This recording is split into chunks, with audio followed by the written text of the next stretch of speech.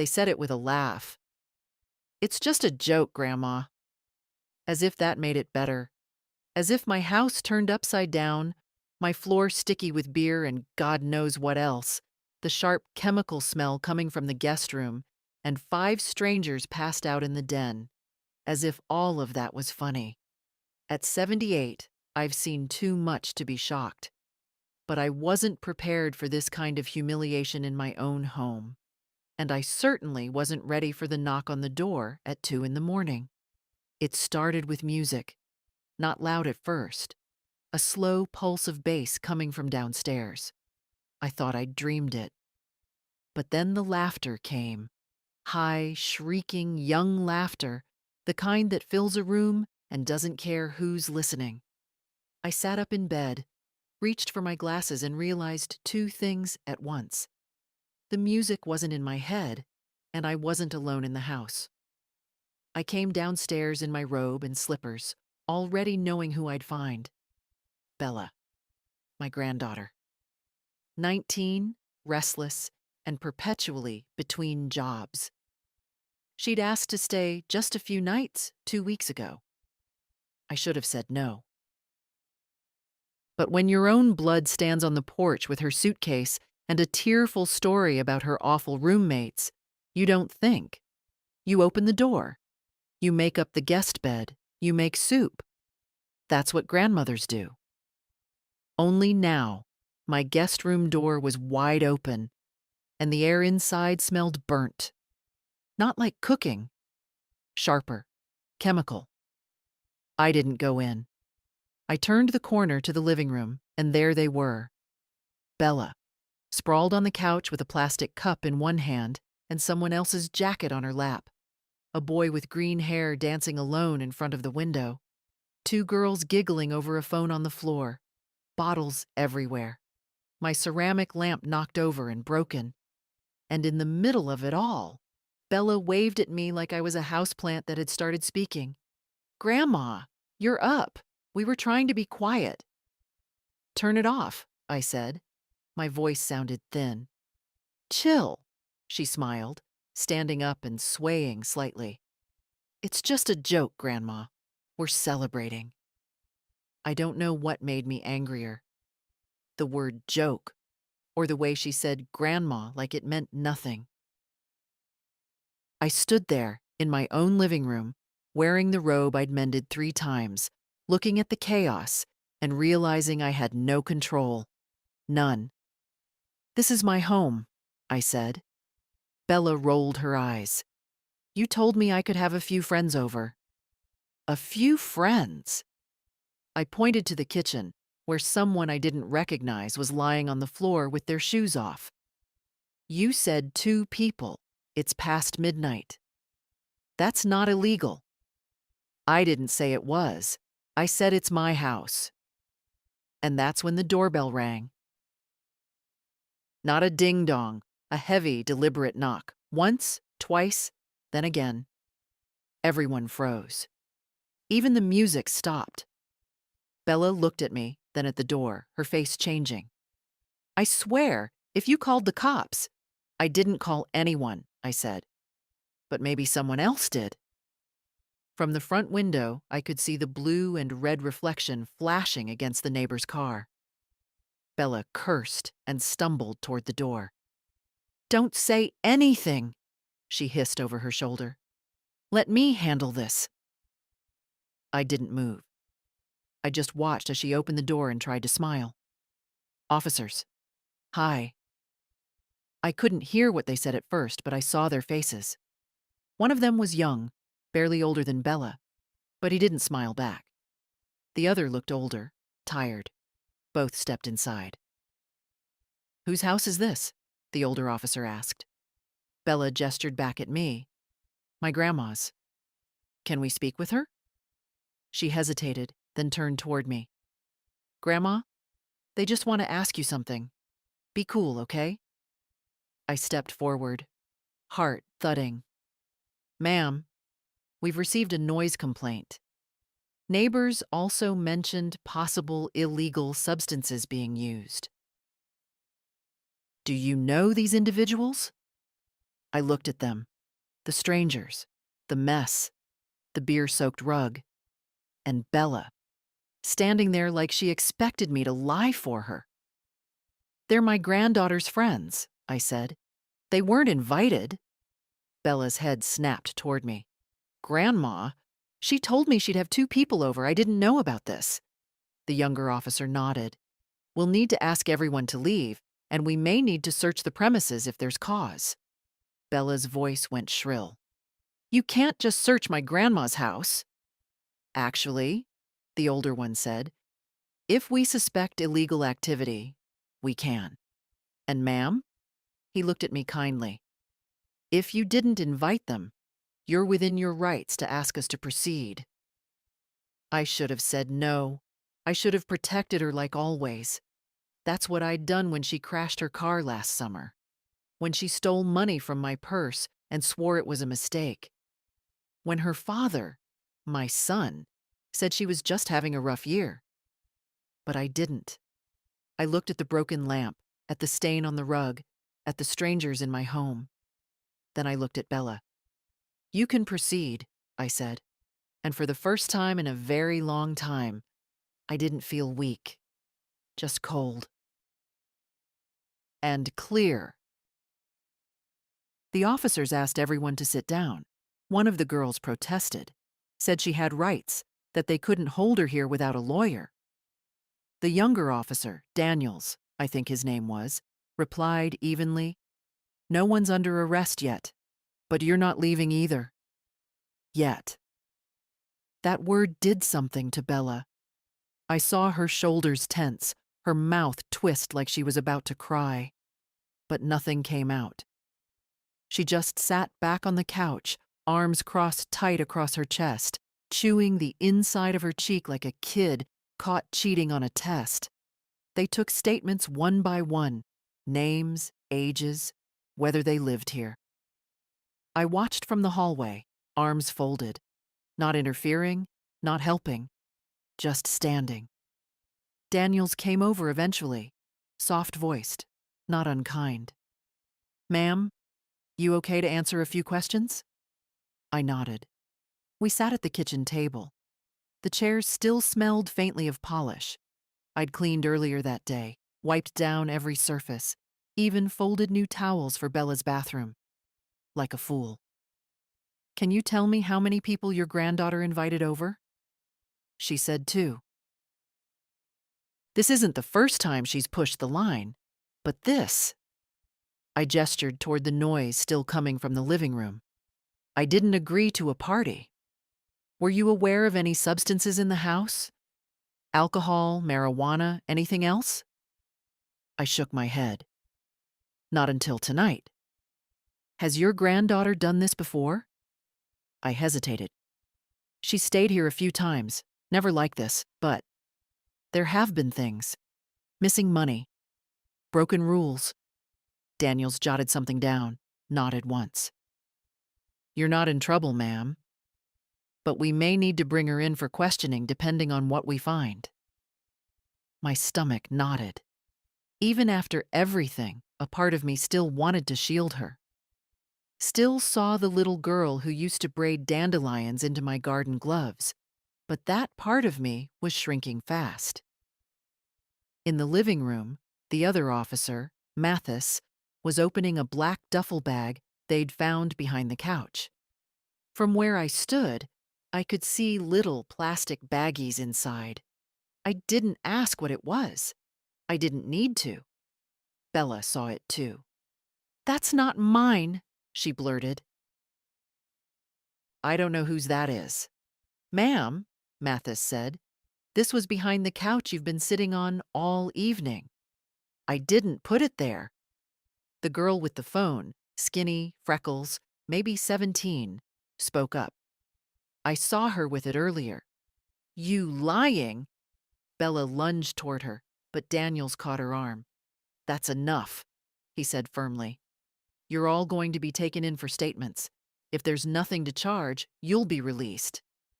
"But I live here," Bella protested, turning toward me. "Grandma, tell them. I live here." "You're staying here," I corrected, voice even. You don't live here. And I didn't give you permission for any of this. The words landed like slaps. She blinked at me. You're really going to do this to me? I didn't answer. What could I say that I hadn't said 100 times in softer ways? That I was tired? That I couldn't keep covering for her mistakes? That at some point, what you enable becomes what you deserve? They lined up the kids in the entryway, one by one, to take them out. Daniels stayed behind a moment, handed me a card. If you need to make a statement later or follow up on anything, call that number. And, ma'am, he paused, you did the right thing. I nodded. Didn't thank him. Just stood there while the door closed behind them. The silence after they left was the worst part. Not because I missed the noise, God no, but because that silence was filled with every moment I'd let slide. Every, she's just young. Every, she'll grow out of it. Every, she means well. I went upstairs, changed out of my robe, put on an old sweater, and came back down. The living room smelled like sweat and spilled liquor. I opened the windows, took out the trash, threw away the cups, the wrappers, the napkins someone had used to blot lipstick and left on the mantel. I worked steadily, mechanically, like scrubbing away the night would reset something. At 3:15, the phone rang. Unknown number. I let it go to voicemail. It rang again at 3:20. I picked up. Grandma? Bella's voice, hoarse. They're not charging me yet. They said I might be released in the morning. Can you come? I said nothing. Please, she whispered. I didn't know there was stuff in that bag. It wasn't mine. You know I'd never. I'm tired, Bella. Just come down, talk to them, tell them I'm not. I hung up. 10 minutes later, the phone rang again. I didn't answer. Instead, I went to the drawer by the stairs, the one where I kept envelopes, the one where 2 weeks ago I'd tucked in $100 just in case she needed something. I pulled it out. Still there. I put the envelope on the table, looked at it. Then I tore it in half, and then again, and again, until it was nothing but scraps. At 4:30, the house was clean. Not perfect. The stain on the rug would take more effort, but clean. I made tea, sat at the kitchen table, looked at the quiet hallway. Then I took out my notebook, the one I used to write grocery lists and notes for the garden. And on the first fresh page, I wrote, October 12th. I finally stopped making excuses. By mid-morning, the silence in the house had turned from relief into something heavier. Not regret, not exactly, but something that pressed in from the walls, like the air was waiting for me to change my mind. I didn't. The call came at 9:42. A number I didn't recognize. I let it ring until voicemail picked up, then immediately regretted it. What if it was the officer or the station? I checked the message. This is Officer Mathis from Somerville PD, calling on behalf of Ms. Bella Millard. She's been released into our care but has no transportation arranged. If you could contact us or pick her up within the next hour, we'd appreciate it. I sat back in the chair and stared at the cracked ceiling. I could already see the way this was supposed to go. I'd show up. She'd come out with wet eyes and a voice like a child's, saying she didn't mean for things to go so far, that it was just a party, that she didn't know. Then we'd drive home in silence, and she'd sleep until noon, and by evening, it would be back to normal. Her music thumping behind her bedroom door. My name shouted only when she wanted something. That's how these things reset. Unless you don't let them. I didn't call back. At 10:26, another number. Then at 10:51, my son, Paul. The last time he'd called was in July, when he needed help with a tax issue he couldn't tell his wife about. Before that, Christmas, barely 5 minutes, mostly asking if I'd be sending money for Bella's books. I'd sent $400, no thank you note. "Mom," he said, not even waiting for me to say hello. "What the hell is going on?" "Good morning, Paul." "I just got a call from Bella. She said she spent the night in jail." "She spent the night at the station. There's a difference." "What happened?" "She said you called the cops on her." "No, the neighbors did. I just didn't lie for her." Silence. "She's 19, for God's sake. You really couldn't handle this another way? She said she asked you to help." "She did, and I said no." "Unbelievable." "Paul," I said, calm but firm, "did you know she was throwing parties here?" "What?" "No. She said she had strangers in my house, drunk, loud, possibly worse. There were drugs, Paul." Another pause. I could hear him breathing, faster now. "She said it wasn't hers." "Maybe it wasn't, but she lied. Again. And this time, I'm not pretending it's fine." His voice turned cold. "You could have ruined her life." I almost laughed. "I didn't ruin anything. I cleaned up after her. Again. I took responsibility. Again. What I didn't do, for the first time, was make myself small to protect someone who doesn't respect me." "That's not fair," he snapped. "No," I said quietly. "It's not. None of it has been." He hung up. I stood for a long moment, phone still in hand, then placed it back on the receiver. I didn't shake. I didn't cry. It was like my body had already done enough of that for one lifetime. By noon, the texts had started. "Bella, Grandma, I'm sorry, please let me come back." Then, "I have nowhere to go." Then, "You don't care if I end up on the street?" I put the phone on silent. The truth was, I did care. I always had. But caring had become a leash, and every time I'd pulled it tight, to protect, to warn, to love, they'd only learned to pull harder. Until I couldn't breathe. I made a sandwich, half a pear, and ate slowly in the sunroom. No TV, no noise. Just the ticking of the old kitchen clock and the soft sound of birds in the yard. Around 2, I opened the closet by the stairs.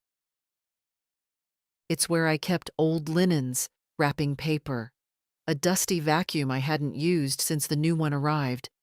But further back, behind a stack of towels, was the little fireproof box where I stored everything important. Documents, bank papers, a copy of my will, a list of who got what. I brought it to the table and opened it. The will hadn't been updated in 6 years. Back then, Bella had just graduated high school, and Paul still came over for Sunday dinners twice a month. Back then, I thought we were still a family. I sat down and read through it all. 3 hours later, I called my lawyer, made an appointment for Monday.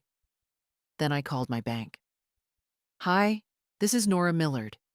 I'd like to set up a meeting to review some authorizations. And I'd also like to create a separate account in my name only, no co-signers." The woman on the line, young, maybe 25, asked, "Do you want to close the existing joint accounts?" "Eventually," I said. "But for now, just make sure no one can access anything I don't approve. I'll be in Monday morning to sign whatever's needed." I hung up, folded the will, put everything back in the box. And for the first time since Bella moved in, I locked my front door from the inside. I expected her to show up that evening, maybe with tears, maybe with shouting, but she didn't. Instead, I got a visit from someone else. Just after 6, the doorbell rang. I was in the kitchen, drying dishes. I moved slowly. Not because I was afraid, but because I already knew. Some things announce themselves before they happen. The air gets heavier. Your hands go colder. When I opened the door, Paul stood there. He wasn't alone. Beside him was a woman I didn't recognize, maybe early 40s, in a sleek blazer and tight bun, holding a clipboard. "Mom," he said, stiff. "This is Judith Graves. She's a family advocate. We'd like to talk." I looked from him to the woman, then stepped aside. "Come in, then." They sat on the couch. I remained standing. Judith smiled, the professional kind, the one they teach you in training. "Mrs. Millard, thank you for letting us in. I understand things have been a little tense lately." "I wouldn't call it lately," I said. Paul sighed like a tired teacher. "Mom, we're not here to fight." "Then what are you here for?" Judith leaned forward slightly, hands folded. "Your granddaughter is very upset. She says she's been left without a place to stay, and that there's been a breakdown in communication.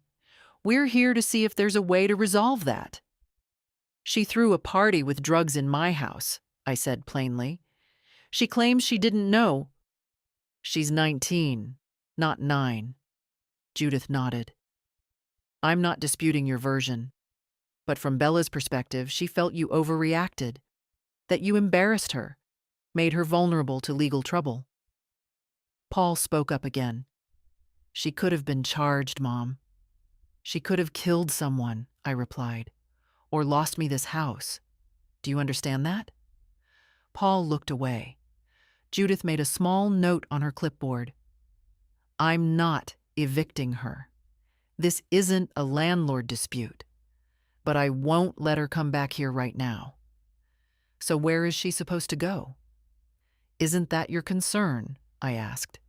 "You're her father." He flushed. "I work. I travel. We don't have room." I cut him off. "You had room for all those years when I paid her tuition. When I covered her rent that time, she forgot to apply for financial aid. You had room when you needed my help, but not now." Silence. Judith cleared her throat gently. "Mrs. Millard, have you considered a mediated family discussion? Sometimes structured dialogue can help clear the air." "I've spent years structuring the silence. That's how I protected the air." She blinked. Paul stood. "I didn't come here to be insulted." "No," I said. "You came here hoping I'd go soft again, that I'd fold." I walked to the door and opened it. "If Bella wants to write me a letter, a real one, I'll read it. If she wants to take responsibility, not just cry, I'll listen. But this parade of professionals and guilt trips? No more." Judith hesitated, but stood as well. "Thank you for your time." They left. I locked the door behind them, slowly. Then I sat in the armchair by the window and watched the sky change. Later that night, the porch light flicked on. Someone had walked up the path. I stepped to the window quietly, keeping the curtain barely parted. It wasn't Bella. It was that boy. One of the ones from the party. Dark hoodie. Nervous posture. He stood there a moment, then knelt by the porch, as if checking something. I tapped the glass sharply. He flinched. Ran off. When I opened the door, I saw what he'd left. A small black object, partly hidden in the planter. A vape pen. I picked it up with a napkin and placed it in a Ziploc bag. Then I wrote a note. "Officer Daniels, found on porch, 10:37 p.m. Belongs to one of the boys from Saturday." I placed it by the front door. In case they came again. This time I would be ready. The next morning, I walked out to find my porch steps dusted with cigarette ash. They hadn't been there the night before. I sweep those steps every evening, always have. It wasn't wind or weather. Someone had come again, and not to knock. I didn't call the police. Not yet. I took the broom, swept the ash into a dustpan, and dumped it into the outside bin. Then I went back in, locked the door, and made tea. There was a numb rhythm to everything now. Open, close, measure, pour. Like muscle memory was stronger than thought. The call came at 10:02 a.m. Unknown number, again. I picked up. "Hey." Her voice was flat. Not angry, not tearful. Just flat. "So, I guess this is how it is now." "Bella, you know I didn't leave that stuff in your house, right?" "Then who did?" She didn't answer. I waited. "I'm staying with Lenny," she muttered. "It's not ideal." Lenny. A boy I'd seen once. Baggy pants, mean mouth, always chewing something. "Are you safe?" I asked. She scoffed. "What do you care?" I asked a question. "I don't know, Grandma." "Probably not. But that's kind of the point, right? You want me to suffer a little." I closed my eyes. "I want you to feel something real." For once. Silence. "Paul said you're changing your will." "I am." "You're seriously cutting us off?" I didn't answer. She laughed once, bitter. "You know, I thought you were different. I thought you were the one person who'd never give up on me." I leaned on the kitchen counter, the edge pressing into my hip. "I was the one person," I said, "until I realized I wasn't helping you. I was erasing myself so you could keep playing at being a victim." "Whatever," she snapped. "You think this makes you strong? Leaving your own granddaughter on the street?" "You're not on the street. You're with Lenny. You have a phone. You have options. You're 19, Bella, not 9. She hung up. I didn't cry. Not even a little. Instead, I opened my desk drawer, the one where I used to keep birthday cards for her, folded money, saved clippings of things she might care about. I took everything out, sat at the table, looked at the stack, the school portrait from 7th grade, a flyer from her high school play, the poem she wrote me in 3rd grade that started with, "You smell like cinnamon." I didn't throw them away. I put them in a box, taped it closed, marked it later, because maybe one day she'd come back as someone else. Around noon, a neighbor stopped by, Marlene from 2 doors down. She'd heard some police stuff happened and brought over banana bread like it was 1954. "Everything okay, Nora?" she asked gently. "I suppose that depends on what you mean by okay." Marlene didn't push, just poured us both coffee and sat at the table like she'd been doing it for years. "You always were the steady one," she said. "Even when Derek passed, you didn't blink." I looked at my hands. Maybe I should have blinked more. Maybe I'd have seen things sooner. "You're allowed to be tired," she said. "You're allowed to want peace." I didn't reply. Before she left, she touched my arm. "You did the right thing, Nora. Don't let anyone make you doubt that." That night, I slept with the porch light off, just to see what it felt like. No knocks, no music, no shadows in the yard, only the wind and me. On Monday morning, I dressed in my gray skirt and navy cardigan, the one with the small pearl buttons. Not because I wanted to look nice, but because I needed to look like a person who meant business. At exactly 9 a.m., I walked into the Somerville Bank. They still had the same plastic plants in the corners, still played that soft instrumental music that made you feel like you should whisper. A young man at the desk greeted me with a bright smile that didn't reach his eyes. "I have an appointment with Clara Jensen," I said. He checked a list, nodded, and motioned to the side door. "Right this way, Mrs. Millard." Clara had been my financial advisor for nearly 8 years. She was polite, efficient, always remembered to ask about my garden. But today, she looked slightly different, more alert, more cautious. "Mrs. Millard," she said, standing, "I got your message. Everything all right?" I'd like to review all account authorizations, and I'd like to revoke power of attorney from my son. Clara didn't flinch, but her pen paused mid-note. Of course, she said. Can I ask if there's been any incident? There's been clarity, I replied. She nodded and began pulling papers. We spent nearly an hour reviewing everything. There were 3 active accounts, 1 personal, 1 joint with Paul, and 1 college fund Bella no longer qualified for. There were also 2 automatic transfers, 1 to Paul's mortgage and 1 small monthly withdrawal labeled Bella, MISC. When were these last authorized? I asked. Clara scanned the screen. Paul's mortgage draft has been running for 4 years. Bella's started 19 months ago. It looks like it was added during a visit. I want both canceled, effective immediately. Understood. And the joint account. Close it. Transfer the remainder to my name. Of course. As I signed each document, I felt something shift inside me. Not power, exactly, but weight. Weight returning to the proper place. Clara looked up. Would you like to set up any new beneficiaries? Yes, I said, but not today. Today I'm just cleaning house. I walked out of that bank lighter, not euphoric, not triumphant, just clean. Next stop was the attorney's office. I hadn't been there since I updated my will after Derek passed. It smelled the same. Old carpet, lemon polish, and faintly of dry paper.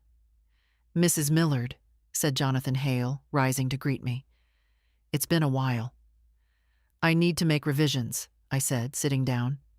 Some names need to be removed. Some allocations changed. He opened the file slowly. Of course. And may I ask what prompted the change? My family believes I owe them everything and deserve nothing in return. I want that reflected in writing. We worked for 2 hours.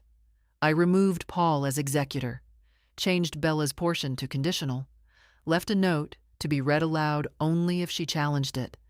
Nothing cruel, just facts. Jonathan read it twice, then said softly, It's firm, but fair. Good, I said. Let it be the first time anyone said that about me. By the time I returned home, it was nearly 2. The house was quiet, and for once, it didn't feel like punishment. I made myself lunch, tuna and celery on rye, a peach from the bowl I'd almost forgotten was there. I ate in the sunroom, watching the way the light hit the floorboards just so. I thought about the years I'd spent waiting for gratitude, for a phone call, for someone to remember my birthday without prompting. And then I thought, maybe I'd been waiting for myself. After lunch, I opened the closet by the stairs and pulled out the storage bin marked Paul Taxes. I dumped it on the rug and began sorting. Receipts, scans, letters he never came back to pick up. I filled a trash bag halfway, then paused. At the very bottom was a photo, not in a frame, just loose, curled at the edges. It was from 20 years ago. Paul holding Bella on his shoulders, both of them laughing. And behind them, slightly out of focus, was me, carrying the cooler, smiling, not a centerpiece, just the one making it all happen. I looked at that version of myself and felt the deepest kind of grief. Not for what I'd lost, but for how long I'd gone unseen. I didn't tell anyone what I'd done. Not Paul, not Bella, not even Marlene, though she stopped by the next day with a jar of plum preserves and asked, gently, how things were going. I just smiled and said, fine. Because they were. Not happy, not easy, but mine. That evening, I opened the windows in the living room for the first time in weeks. The air smelled like cut grass and the neighbor's grill. Somewhere, 2 streets over, kids were playing. loud, wild voices that made me think of summers long gone, when laughter didn't feel like something I had to earn. I spent the next few days sorting things, not just papers, drawers, shelves, even the basement. Every time I picked up an object, I asked myself one question. Is this something I chose to keep, or something I never questioned? I found things I'd forgotten I owned. Derek's cufflinks, still in their velvet box. A postcard from a friend who died years ago. An old scarf Bella had once knitted for me, all crooked stitches and bright yarn, before she got bored and moved on to something else. I kept that one. Not because it was beautiful, but because it reminded me there had been a time, even a brief one, when she wanted to give, not just take. On Thursday afternoon, there was a knock at the door. Not the hesitant kind, not the angry kind, just firm, straightforward. When I opened it, I didn't expect to see her. Bella stood there with a backpack over one shoulder, her arms crossed tight. No makeup. Hair in a loose ponytail. She looked smaller. "I'm not here to fight," she said. I nodded, but didn't move. "What are you here for?" She shifted. "I wanted to see if maybe I could come in, just to talk." "Talk?" "5 minutes," she said. "Then I'll go." I stepped back, just enough for her to enter. She walked to the middle of the living room, glanced around like it had changed. Maybe it had. She didn't sit. "I know I messed up," she started. "I know you're mad." "I'm not mad," I said. "I'm done pretending it doesn't matter." She looked at the floor. "I didn't know the stuff was in that bag." "Maybe not. But you knew enough to lie." She didn't argue. "I've been thinking," she said after a pause, "about what you said, about how I act, how I take." I waited. "I guess I got used to the idea that you'd always be there, that you'd fix things, that no matter how bad it got, you'd cover for me." "And why did you think that?" She hesitated. "Because you always did." That landed harder than she meant it to. "I'm not proud of it," she said quickly. "But I guess I never thought about what that cost you." "It cost more than money." "I know." Another pause. Longer this time. "I don't expect you to let me back in," she said. "I don't expect anything. I just wanted you to know I'm not staying with Lenny anymore. I'm trying to figure things out." "Where are you staying?" "Friend's place. Her mom knows I'm there. It's okay for now." I nodded. She pulled something from her bag, a small envelope, sealed. "I wrote something, a letter, like you said." I took it, but didn't open it. "I'll go now," she said, stepping back. "Thanks for letting me in." I didn't answer. When the door closed behind her, the silence came back. But it wasn't as heavy. I sat down, held the envelope in my hands for a long time. The paper was soft, slightly smudged on one edge, like she'd carried it around a while before working up the nerve. I didn't open it. Not yet. Instead, I placed it in the drawer by my bed. Some truths can wait one more night. The next morning, I opened the letter. No ceremony. No tea or soft music or sentimental lighting. Just the edge of a fingernail, a clean tear along the fold, and the kitchen table where I'd read bills and recipes and obituaries. It wasn't long, just 3 paragraphs, handwritten in the uneven print Bella used when she was trying to be neat. "Grandma, I don't know what to say to fix this. I don't think anything I write will be enough. But I want you to know I've thought about what happened. Really thought about it. You didn't deserve what I did. You didn't deserve the way I treated you.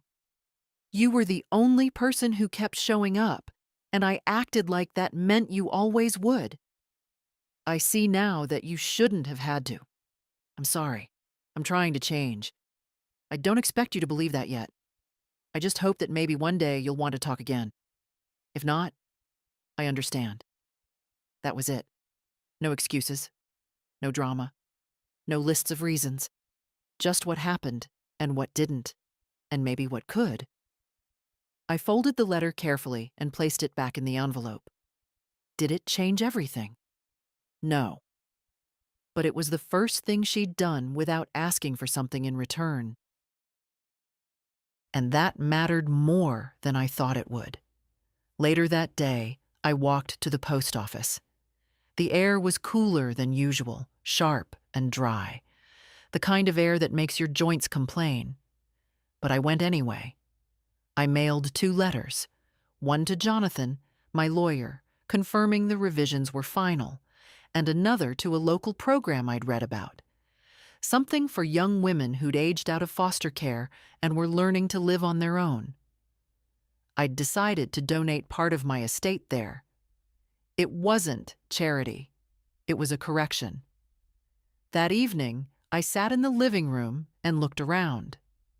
The space felt different now, not just because it was cleaner, quieter, though it was, but because it no longer felt like I was waiting for someone to come ruin it again. It belonged to me. At dusk, the doorbell rang. I felt a flash of dread, old instincts. But when I opened the door, it wasn't Bella. It was Officer Daniels. He looked tired, like most people who work in real life do, but kind.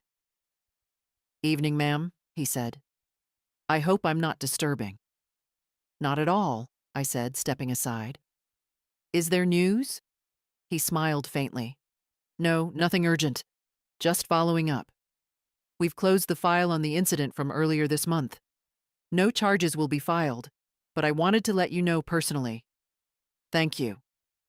I also wanted to return this," he added, handing me the Ziploc bag with the vape pen I'd turned in.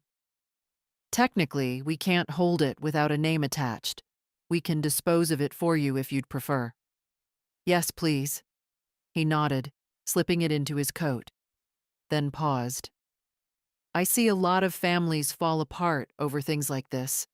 Some never come back from it. Others, they figure out how to move differently. Not the same, but not broken either." I didn't reply. He looked at me a moment longer, then tipped his hat. "You take care, Mrs. Millard." When he was gone, I closed the door and leaned against it. Not broken, just different. The next morning, I went out early. The grocery store was half empty, and the woman at the register smiled when she saw me. Her name was Kayla. Young. Maybe 21. Always gentle with the eggs. "Morning, Ms. Nora," she said. "Haven't seen you in a bit." "I've been busy," I replied. She glanced at the small haul in my basket. Apples, oatmeal, 1 frozen pie crust. "Company coming?" "No," I said. "Just me. I've decided to start cooking for one like it matters." She smiled. "Good for you." I walked home slowly, not because of the wait, but because the weather was nice. The trees were just starting to turn, and the wind carried that first breath of autumn, clean, honest, final. At the mailbox, there was a card. Plain white envelope. Handwritten. No stamp. I opened it right there, on the sidewalk. Inside was a small note. "I hope one day you'll let me cook for you. Love, B." I folded it, tucked it into my coat pocket, and stood there a moment, listening to the wind in the leaves. It was enough. Not everything, but enough for now. The dress didn't fit the way it used to. It hung a little looser in the shoulders, a little longer at the sleeves. My back had curved slightly over the years, and the waist wasn't where it had once sat. But I wore it anyway. Dark teal, simple cut, soft fabric. Derek had bought it for our 40th anniversary dinner. I hadn't worn it since his funeral. I stood in front of the mirror, adjusting the neckline. Not for beauty, just to feel, for once, like I was choosing how I entered a room. Downstairs, I'd already set the table. Not out of habit. I hadn't hosted anyone in months, but because I needed to remember what it felt like to create space. Not for guests, not for performances, just for myself. One plate, one glass, a cloth napkin. My mother used to say that how you feed yourself when you're alone is how you tell the world what you think you deserve. For a long time, I'd eaten standing at the sink. Not tonight. I boiled potatoes, baked fish, steamed carrots with fresh dill. I lit a candle. Not scented, just plain beeswax. I put a record on, the old kind with the scratches that made the music feel like it had lived a life of its own. And then I sat. The chair didn't creak the way it used to. I'd tightened the bolts last week, another small task I'd put off for years while waiting for someone stronger to do it. It turns out I'm stronger than I thought. Halfway through dinner, the phone rang. I didn't rush to it. I let it ring 3 times before answering. "Hi, Grandma." Bella's voice was quiet, softer than before. I just wanted to say, "Thank you for reading the letter. I figured you had, since you didn't throw it back at me." I read it, a pause. I meant it. I know. Another pause, longer this time. "I have a job interview next week," she said. "At the co-op. Just cashier stuff. But it's something. That's good. They said I might need a reference. I won't put you down unless you're okay with it." "I am," I said. "You don't have to say yes just to be nice." "I'm not being nice," I said evenly. "I'm trusting you'll tell them the truth about yourself. That's the only reference that matters." She let out a breath. "I'd like to stop by. Not to stay. Just maybe bring you dinner. Not tonight." "No? I know. I'm here when you're ready." I hung up gently. The rest of the meal went cold, but I didn't mind. I scraped the leftovers into a container, wiped down the counter, washed each dish by hand. There was peace in that. Not joy, not celebration, but peace. Later, in the quiet, I pulled the small wooden box from the hallway closet. The one Derek built for me during our first year in the house. It still smelled faintly of cedar, and the hinges still squeaked. Inside were old letters, photographs, a lock of hair from when Paul was born, tied with blue thread. I added Bella's letter to it, tied it gently with a piece of ribbon I hadn't used in years, not as a gesture of forgiveness, but as proof, to myself, that people can change if they decide to. I closed the lid. The candle had burned halfway down. I let it finish. He didn't call first, just knocked. 2 short raps, then silence. I knew it was him. That rhythm, brisk, impatient, hadn't changed since he was a teenager. Even then, Paul never waited to be invited. He expected doors to open. I didn't move right away. I was in the sunroom, reading, and I finished the paragraph before I stood, just to remind myself I could. When I opened the door, he looked surprised, maybe because I wasn't startled, or maybe because I didn't smile. "Can we talk?" he asked. I stepped aside. He came in, glanced around like he was seeing the house for the first time, even though nothing had changed.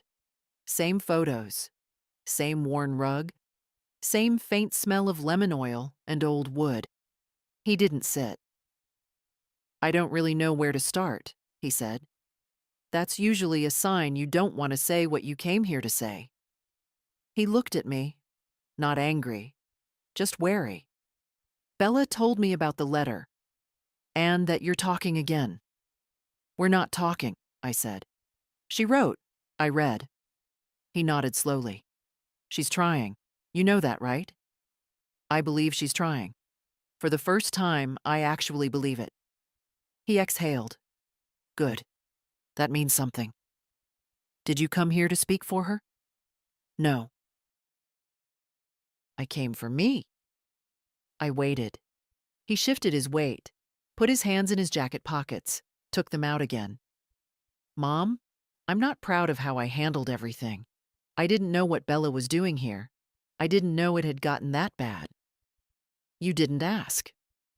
I was busy. So was I. For 40 years. His jaw tightened.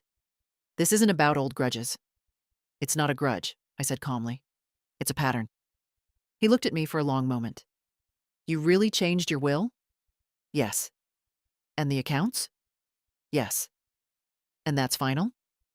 It's already done. He sat down, finally. Hard, like the weight of it had only now reached his legs. You know, he said, quieter, I always assumed I'd take care of things when you got older. You mean when I got quiet? When I stopped resisting? I mean when you needed help. I've needed help, Paul. You just didn't recognize it because I didn't make noise. Silence. I never thought of you as weak, he said, but I guess I thought you'd always be available, and now I'm not. No. Now you're something else. He didn't say what, and I didn't ask. He stood again, slowly. I don't want to fight with you. Neither do I. But I also don't want to pretend like we're strangers. I looked at him carefully. We're not strangers. Strangers don't hurt each other with such precision. That landed. He nodded once, then turned toward the door. But before he opened it, he paused. You know, he said without looking at me, I've been thinking about that night. The party. The mess. All of it. I said nothing. I keep wondering if I would have handled it any better at 19, and I'm not sure I would have. I was 19 when I had you, I said. He turned back. His face was tired. I know, he said. That was the first honest thing he'd said since he arrived. He left without asking for anything. Not money, not favors, not forgiveness. Just walked out like a man realizing finally that the bank was closed. I didn't cry after he left. I didn't feel triumphant either, just still. The house settled around me like a coat I'd sewn myself. Worn, but fully mine. I didn't plan to speak. Not really. I'd been called to the community board meeting as a concerned resident. Nothing more. A formal way of saying, come tell us what you saw, what you think, then go home and be quiet again. They were reviewing the growing complaints about youth parties, neighborhood disturbances, multi-generational stress factors, as one councilman called it, like we were weather systems colliding instead of people who used to eat at the same table. When my name was called, I stood. Walked to the small podium, adjusted the mic only because it was too low. I could have read from a note. I could have made it simple. But I didn't. I'm not here to talk about noise, I said, or litter, or broken bottles in the street. I'm here to talk about something harder to name. The room was quiet. Faces neutral. One woman folded her hands tighter in her lap. I want to talk about what happens when people stop seeing the person right in front of them, when they assume someone older is just a background figure, soft furniture, a locked door they can pass through when it suits them. A man on the end of the row shifted in his seat. I raised a son, I continued. I helped raise a granddaughter. I gave them food, money, shelter. I gave them silence when I should have spoken. I thought that was love. I thought letting things go was what made a family work. I looked down for a second. Not because I was ashamed, but because truth doesn't always need to be stared at head on. But letting things go can also be a way of disappearing, of saying, without saying it, that your needs don't count, that your name doesn't matter, that as long as the lights stay on and the fridge is full, no one has to ask who filled it. A murmur from the back. I kept going. I let myself be used. I let it happen because I was tired, because I was raised to endure, because women my age are taught that dignity is something you preserve quietly, not reclaim loudly. I exhaled. Let the next sentence settle before I said it. But I don't believe that anymore. Silence. Not the uncomfortable kind, the listening kind. Something happened in my house. Something that forced me to see things I'd avoided. My granddaughter brought strangers, substances, danger. And for the first time, I didn't clean it up. I didn't protect her from the consequences. I protected myself. No one moved. Even the councilman looked different now. Smaller, maybe.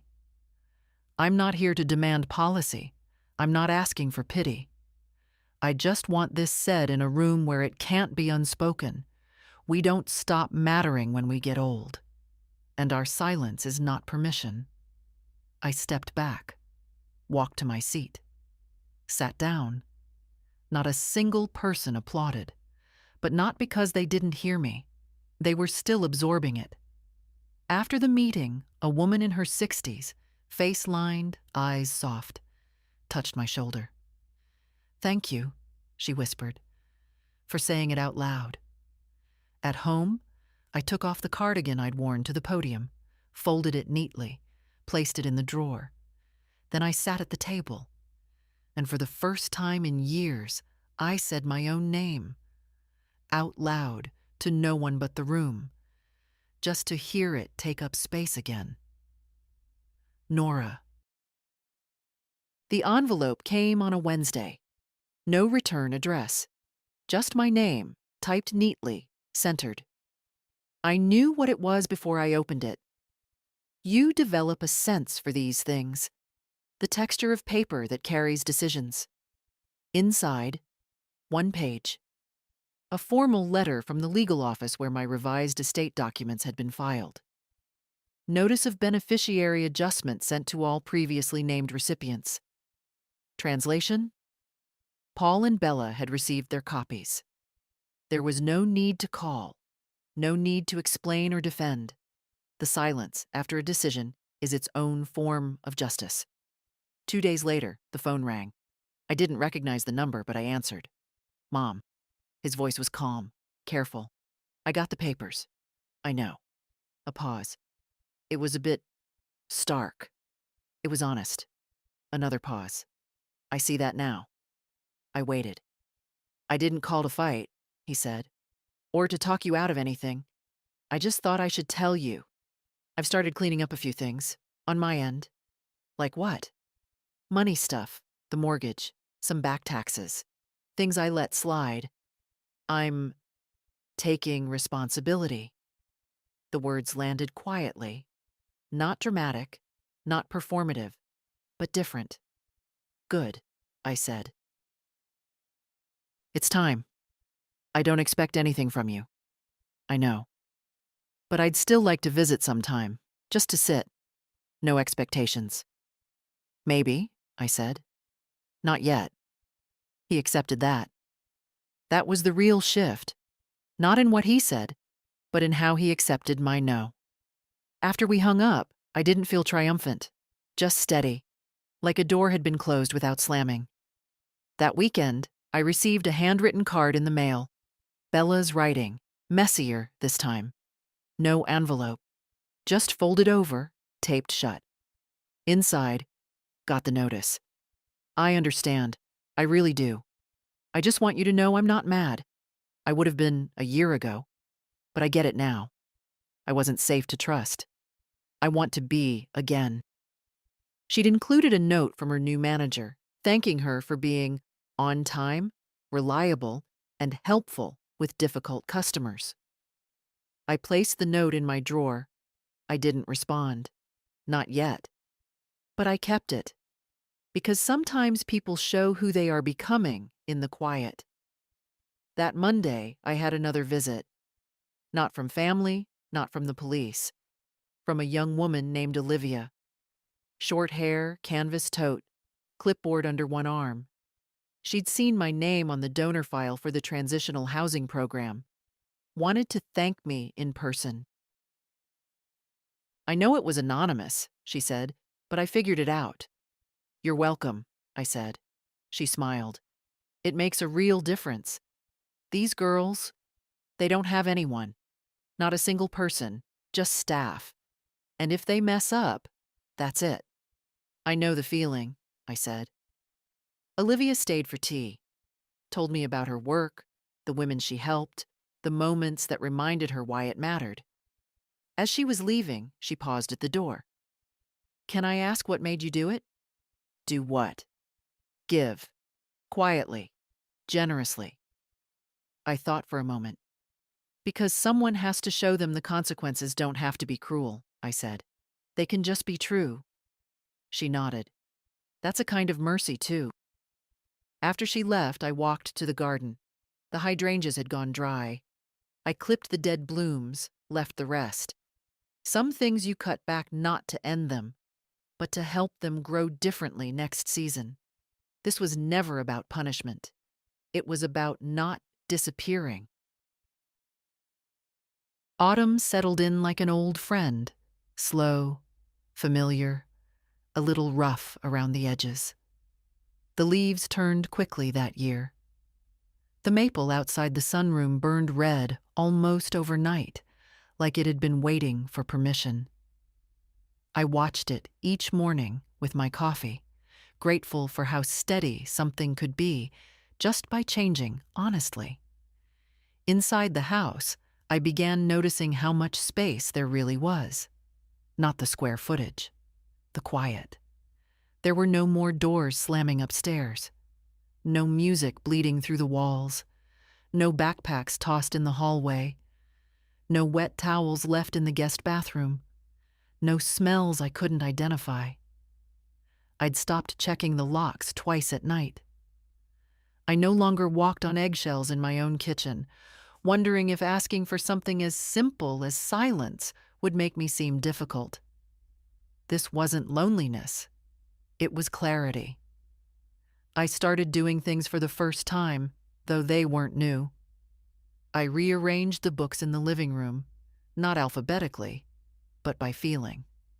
I planted garlic in the side garden. I started walking to the bakery on Wednesdays, where the woman behind the counter had begun to remember my name. Once I saw Bella there. She didn't see me. She was outside, across the street, sweeping the sidewalk in front of the co-op. Her hair was pulled back, and she wore one of those canvas aprons with her name on a tag that looked laminated. She paused to let someone with a stroller pass, stepped back politely. That was new. I didn't wave. I didn't cross over. But I stood for a moment and watched her finish the sweep, straighten the stack of crates by the door, and head back inside. Then I turned and walked home. That evening, I pulled out the recipe tin I hadn't opened in years, not the one I kept for show, with the cards everyone expects: pies, stews, casseroles. The real one. The tin tucked behind the flour canister, with the handwritten notes, the corrections in red pen, the little slips of paper folded in 4. Inside it, I found my mother's coffee cake recipe, the one she made only when someone had come through something: a loss, a birth, a long-awaited apology. I baked it that night, not for anyone, just because I had come through something too. While it cooled, I opened the small wooden box again. I didn't take anything out, just touched the ribbon holding Bella's letter in place. I thought of the way she'd signed it. No demands, no expectations, just "Love B," as if she was hoping the rest might grow back on its own, like skin. The cake smelled like cinnamon and browned butter. I wrapped half of it in foil. set it by the door. The next morning, I took the long way to the co-op. Bella wasn't out front. A young man was instead, wiping down the sandwich board. I asked if Bella was working. He nodded. Back in 10, smoke break. I left the foil-wrapped cake on the counter. Tell her it's from her grandmother, I said. She'll know. He didn't ask questions, just nodded. I didn't wait. I walked home the same way I came. Slow, hands tucked in my coat pockets, the wind sharper now. That afternoon, the phone rang once, then twice, then stopped. No message. No text. Just the sound of a door quietly nudging open, somewhere far enough away that I could choose whether to walk through it. I didn't. Not yet. But I didn't close it either. The cake tin came back the next day. Wrapped neatly, wiped clean, no note. Just left on the porch bench like a quiet reply. I brought it inside, set it on the counter, and stood there for a while. Not because I expected anything more, but because sometimes silence has weight. And this one was different. Not absence, not punishment, just space. A space she chose to leave something in, even if only briefly. I didn't call her, didn't write back, but I kept the tin out, just in case. That weekend, I got the ladder from the garage and cleaned the gutters. It was a task I'd avoided for years, always waiting for someone younger, stronger, more practical to offer. No one ever did. So I did it myself. Gloves, bucket, old flannel shirt. The ladder creaked, but held. My knees ached, but they worked. I cleared every leaf, every bit of silt, and when I climbed back down, I felt more like myself than I had in years. Not young, just capable. Marlene passed by as I was pulling the ladder back into the garage. "Doing it yourself?" she called from the sidewalk. "Seems I always was," I replied. She smiled and kept walking. That night I slept better than I expected. The good kind of tired. The kind that comes from doing something uncomfortable and finishing it anyway. In the morning, I made oatmeal, added apples and cinnamon. Sat in the sunroom with my bowl and watched the bare trees shift in the wind. No leaves left, just shape. Bones. The truth of a thing when everything extra is gone. The doorbell rang just after noon. I didn't rush. I never do now. When I opened it, she was standing there. Bella. No backpack, no coat. Just a sweater with sleeves too long and her hands tucked in. Her hair was down, not styled, not careless. Just her. "Hi," she said. "Hi." She hesitated. "I don't want to stay long." "You can come in." She did. We sat in the living room, not across from each other, not stiff. Just two women in a quiet room with enough history between them to furnish a house. She looked around like she was seeing it for the first time. "It smells like cinnamon," she said. "I baked. Just for me." She nodded. There was no script, no apology, no declaration, just presence. She pulled something from her pocket. A key. The one I gave her 2 years ago, back when I still thought giving access was the same as giving love.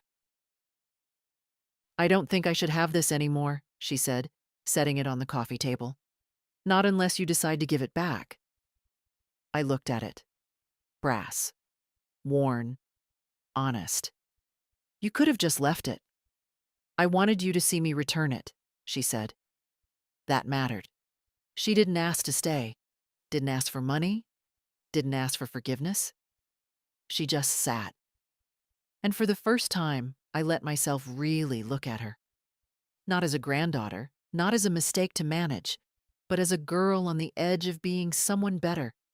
She met my eyes and held them. "I don't need anything right now," she said. I'm trying to be someone who doesn't take without asking." I nodded. She stood. "I should go. You can stay for tea if you want." She paused. I'd like that. I rose, moved to the kitchen without rush, put the kettle on, found 2 mugs, no fanfare. She followed me in, quietly, and we stood there in the warmth and the silence and the sound of water starting to boil. Nothing fixed, but something started. I never gave her the key back. Not yet. It's still in the drawer by the sink, next to the twist ties and spare batteries and one of Derek's old pocket knives. Not hidden, not waiting, just there, until I know it should belong to someone again. It's not about punishment. It's about pace. Some things come back too fast and tear the skin they land on. Some things return slowly and learn how to stay. Bella comes by most Sundays now. Not every week, and not always with notice, but often enough that I've started keeping 2 clean mugs on the counter. She brings scones sometimes. Once, she brought laundry and asked if she could do it here. Not because she expected it, but because the machines at her apartment building were broken. She asked. That's what mattered. We don't talk about the party, or the station, or the years before. Instead, we talk about her job, the woman who trains her, the customer who left a tip just for being treated kindly, the first paycheck that made her cry. And we talk about other things too. My garden, the bakery, a book we both started but didn't finish. Easy things. New things. Things that don't lean too hard on the past. The past will hold its own weight. I don't have to carry it for everyone anymore. Paul hasn't come by. He calls sometimes. Short check-ins, quiet updates. He asks if I need anything, and I tell him no. He always hesitates before hanging up, like he's trying to find a way back into a room that no longer needs his permission. I don't resent him. I just don't explain myself anymore. There's power in that. Not anger, not pride, just clarity. Last week, I stood in front of the mirror and saw myself, not as a version of who I was, not as someone shrinking into the corners of her family's needs, but as a full person, wrinkled, strong, patient, whole. I wore the teal dress again, not for a funeral, not for company, just for me. Because sometimes you need to remind yourself that softness is not weakness, that age is not absence, that silence is not the same as being small. I baked another cake, not because someone had earned it, because I had. I sat in the sunroom with a slice, the late autumn light warming the window pane, the sound of crows overhead like old friends checking in. I thought of everything I hadn't said for years, all the ways I'd kept my hands busy instead of speaking. And I thought about the women like me, the ones reading this now, nodding not because they're entertained, but because they've been there. You. Yes, you. You who folded laundry with your mouth closed, who paid the bill with no name on it, who kept the peace and forgot yourself in the process. You who cried quietly in your car, then came home and made dinner for people who didn't notice. You're not invisible. You're not furniture. And you're not too late. If they forgot who you were, that doesn't mean you disappeared. If they spoke over you, that doesn't mean your voice is gone. If you let them take, it doesn't mean you have nothing left. You are allowed to change your mind, to say no, even if you never have before, to take your name back from the mouths that misused it, to become finally the person you were before they told you to soften. It's not too late. It never was. They will call you bitter, maybe. Let them. They don't know the sweetness you had to bury to survive. They will say you've changed. Say yes. Say it proudly. And then, if you have it in you, bake a cake. Not for them. For you.